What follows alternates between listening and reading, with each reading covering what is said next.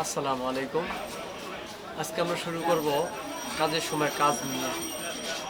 তাই কাজের সময় অহেতুক বিভিন্ন কাজে ব্যস্ত হয়ে পড়ি আমরা। পরে থাকে আমাদের মূল কাজ।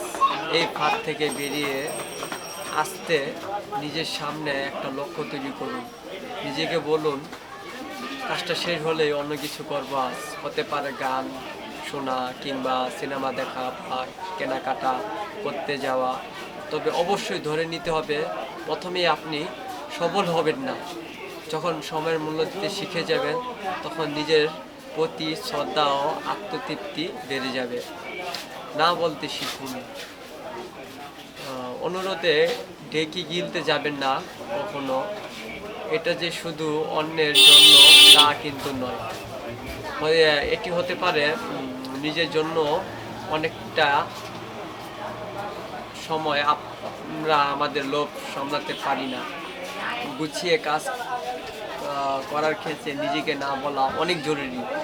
দেখা যায় ডায়েটের মাঝে খুব মজার খাবার পেলে খেয়ে ফেলি, পড়া বাদ দিয়ে সিনেমা দেখে সময় পার করে দিই, হাতের কাজ ফেলে রাখি অন্য দিনের জন্য।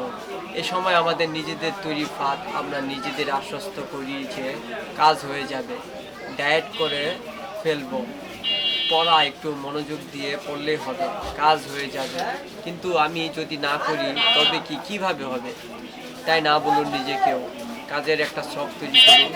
সারাদিন নিজেকে কিভাবে গুছিয়ে নেবেন তার সব কিছুই থাকুক সেই ছকে। কেননা ছকে জীবন বাধা না পড়লেও জীবন চলুক কিছুটা হিসাবে। ফিরে যাই প্রকৃতির কাছে। গুছিয়ে চলার ক্ষেত্রে মানসিক স্থিরতা অত্যন্ত প্রয়োজন। বর্তমান আমরা সবাই কম বেশি বোকা বাক্সের ফাঁদে পা দিয়েছি। ঘন্টার পর ঘন্টা হয় আমাদের ফেসবুক, ইনস্টাগ্রামের রঙিন পর্দায় চোখ রাখছি, আর না হয় টেলিভিশনের দিকে তাকিয়ে সময় পার করছি। এতে আমাদের মানসিক অস্থিরতা বেড়ে যাচ্ছে। তাই মানসিক প্রশান্তির জন্য সময় কাটান প্রকৃতির কাছে যে কোথাও না হলে কোথাও থেকে বেরিয়ে আসুন।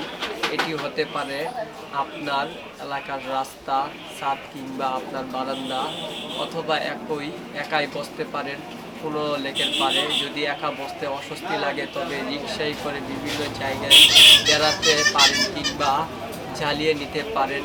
ছোটোবেলার সাইকেল করে ঘুরে বেড়ানোর দিনগুলো নিজের বোঝার জন্য নিজের সময় কাটানো কিন্তু অনেক দরকার। আসসালামু আলাইকুম। আবার আমাদের টেক্সটে কিছু নিয়ে আসবো, আপনারা আমার সাথেই থাকবেন ইনশাআল্লাহ। আসসালামু আলাইকুম।